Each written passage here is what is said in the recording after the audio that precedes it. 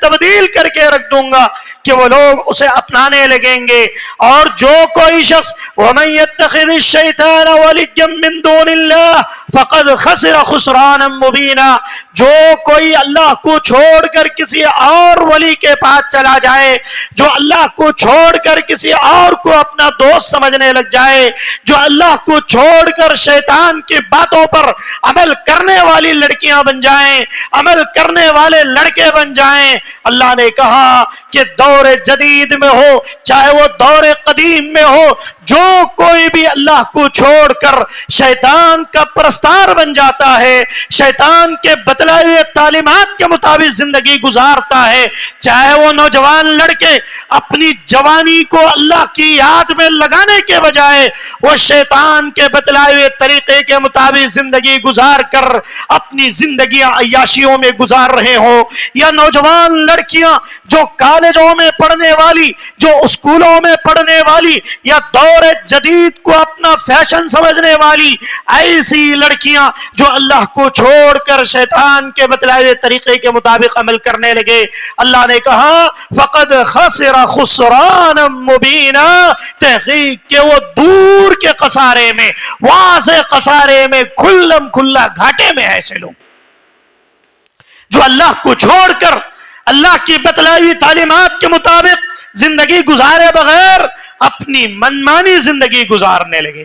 آج ہمارے اس دور میں, دور جدید میں, عورت کو جس مقام پر ہونا چاہیے وہ مقام عورت کو نہیں دیا گیا. عورت کو جو مقام, جس مقام پر رہنا چاہیے, عورت وہ مقام اپنا بھول چکی ہے. اسے وہ یاد رہنا چاہیے جو قدیم زمانے میں اللہ کے نبی کے بعثت سے پہلے, عورتوں کو اسلام آنے سے پہلے جو مقام دیا گیا تھا, وہ مقام اتنا گھنونا مقام تھا کہ عورتیں ترس جاتی تھیں, اپنی جان کب چلی جائے کچھ پتہ نہ ہوتا تھا. عورتوں کو اتنا ذلیل کیا جاتا کہ زمانے جاہلیت میں اگر کسی کے گھر عورت لڑکی پیدا ہو جائے, کسی کے گھر لڑکی پیدا ہو جائے, وہ مرد, وہ باپ اپنے آپ کو ذلیل سمجھتا تھا. اب اس کے چہرے سرخ و لال و کالے ہو جایا کرتے تھے, ان کے پیشانیوں پر بل پڑ جاتے تھے اور ان کے چہروں پر کالا پن آ جاتا, اور وہ کہتے کہ ہمارے گھر کیا چیز پیدا ہو گئی ہے,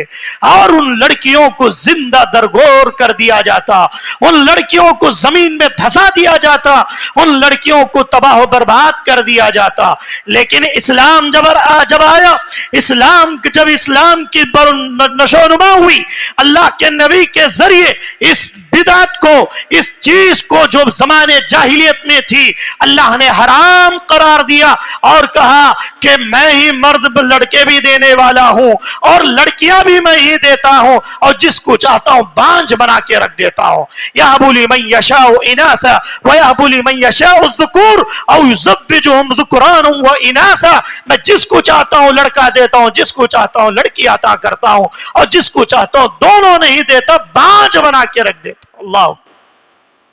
یہ عورتیں جن کا مقام اسلام بیان کرتا ہے کہ ایک عورت اپنے آپ کو یہ سمجھے کہ وہ اسلام کی بیٹیاں ہیں, وہ اسلام کی مائیں ہیں, جن ماؤں کو گھروں میں رہنے کا حکم دیا گیا, جن لڑکیوں کو گھروں میں رہنے کا حکم دیا گیا, اور پردے کی تعلیم دی گئی کہ وہ اپنی شرم و حیا کو باقی رکھتے ہوئے, اپنے شرم و حیا کا خیال کرتے ہوئے اپنی زندگی گزارے. ایسا نہ ہو کہ وہ اپنے مقام کو بھلا دے اور اپنے مرتبے کو بھلا دے. اللہ نے کہا کہ اے عورتوں کی جماعت, یا ایھا النبی قل لازواجک وبناتک ونساء المؤمنین یدنین علیہن من جلابیبہن, کہ اے نبی صلی اللہ علیہ وسلم آپ اپنی بیویوں سے کہیے اور آپ اپنی مسلمان عورتوں سے کہیے کہ وہ لوگ اپنے سینوں پر چادریں ڈال دیں, اپنے آپ کا پردہ کرنا شروع کر دیں, اور اپنے سینوں پر جلابیب کہتے ہیں عربی کے اندر پردے کو, پردے کا اہتمام کرنے لگ جائیں, اور اللہ کے نبی کی بیویوں کو تعلیم دے کر امت محمدیہ کی تمام عورتوں کو, امت محمدیہ کی تمام لڑکیوں کو یہ پیغام دیا جا رہا ہے کہ اے عورتوں کی جماعت، زمانے جاہلیت میں تمہارا کوئی مقام نہ تھا، اسلام آنے کے بعد تمہیں جب مقام دیا گیا تو تمہارے اوپر ضروری ہے کہ تم پردے کا خیال کرو اور شرم و حیا کا خیال کرو اور اپنے آپ کی عزتوں کا خیال کرو۔ کیوں؟ کیونکہ آپ کو معلوم ہے حضرت عبد الرحمن بن عوف رضی اللہ تعالی عنہ کیا کہتے ہیں، بخاری اور مسلم کی روایت ہے، راوی حدیث حضرت عبد الرحمن بن عوف رضی اللہ عنہ کہتے ہیں اگر عورت 4 چیزیں کر لی جائیں، اگر کوئی ماں، کوئی بہن، کوئی لڑکی، کوئی بہو، کوئی ساس 4 چیزیں کر لیتی ہیں، اللہ کی قسم ہے اللہ تعالیٰ قیامت کے دن ایسی عورت سے کہے گا ادخلی الجنہ، تو جنت میں داخل ہو جا، بأی باب من الابواب الجنہ، جنت کے جو دروازے سے داخل ہونا چاہتی ہو داخل ہو جا۔ وہ 4 چیزیں کیا ہیں؟ اذا صلت المرأة خمسہا، کہ جب عورت سب سے پہلے 5 وقت کی نماز کی پابندی کرے، عورت 5 وقت کی نماز کی پابندی کرے، وصام الشہر رمضان، وصام الشہرہا، اور پورے رمضان کے روزے رکھنے لگے، دوسرا کام رمضان کے مکمل روزے رکھنے لگے، اور وہ حفظت فرجہا، تیسرا کام اپنی شرمگاہ کی حفاظت کرے، وہ اطاعت زوجہا، اور اپنے شوہر کی اطاعت کرنے لگے۔ یہ 4 کام اگر کوئی عورت کرتی ہے، یہ 4 کام کوئی لڑکی کر لیتی ہے، چاہے وہ کالجوں میں پڑھنے والی، چاہے وہ مدارس میں پڑھنے والی، چاہے وہ کوئی بھی تعلیم حاصل کرتی کیوں نہ ہو، حضرت عبد الرحمن بن عوف کہتے ہیں کہ اللہ کے نبی نے فرمایا اگر کسی لڑکی کے اندر 4 چیزیں تم دیکھو، ایسی لڑکیوں کو اپنانے کی کوشش کرو۔ کیوں؟ کیونکہ اللہ تعالیٰ ایسی لڑکیوں کو، ایسے عورتوں کو جنتوں میں داخل کرے گا۔ اذا صلت المرأة خمسہا، نمازوں کی پابندی کرنا، وصام الشہرہا، اور پورے مہینے کے روزے رکھنا، وحفظت فرجہا، اپنی شرمگاہ کی حفاظت کرنا، وَأَتَاز زَوْجَهَا۔ آج دور جدید کے اندر عورتوں نے اپنی شرم و حیا کو بیچ دیا، آج دور جدید کے اندر عورتوں نے شرم و حیا کا جنازہ نکال دیا اور اپنے آپ کو یہ سمجھنے لگی کہ ہماری شرم و حیا یہی ہے کہ ہم بازاروں میں چلی جائیں، ہماری شرم و حیا یہی ہے کہ ہم کالجوں میں جا کر ننگا ناچ کرتی رہیں، ہماری شرم و حیا یہی ہے کہ ہم غیر مردوں کے ساتھ بیٹھ کر جاب کرنے لگیں، غیر مردوں کے ساتھ مخلوط تعلیم حاصل کرنے لگے، ہماری شرم و حیا یہ ہے کہ ہم اپنے بوائے فرینڈوں کے ساتھ گھومنے پھرنے لگے، نعوذ باللہ، اور ہماری شان یہ تسلیم کر لی گئی کہ ہماری بچیوں کے ہاتھوں میں، ہماری لڑکیوں کے ہاتھوں میں موبائل تھما دیا گیا، جس کی وجہ سے یہ لڑکیاں ارتداد کا شکار ہو گئیں، یہ لڑکیاں فتنے کا شکار ہو گئیں، یہ لڑکیاں غیر مسلموں کے شکار بن گئیں، جس کی وجہ سے آئے دن ہماری مسلم لڑکیوں کے ساتھ تباہی مچا دی جا رہی۔ آج ہمیں بیسک تعلیم نہیں دی گئی، ہماری بچیوں کو جو مقام اسلام دیتا ہے، اسلام کیا کہتا ہے؟ اسلام کہتا ہے کہ عورت کی ذمہ داری وہ گھر سنبھالے۔ آپ دیکھیں قرآن کا شروع سے لے کر آخر تک، الحمد سے لے کر ناس تک کہیں بھی دیکھ لیں، اللہ نے کہیں بھی عورت کو کمانے کی ذمہ داری نہیں دی، کہیں بھی عورت کو جاب کرنے کی ذمہ داری نہیں دی،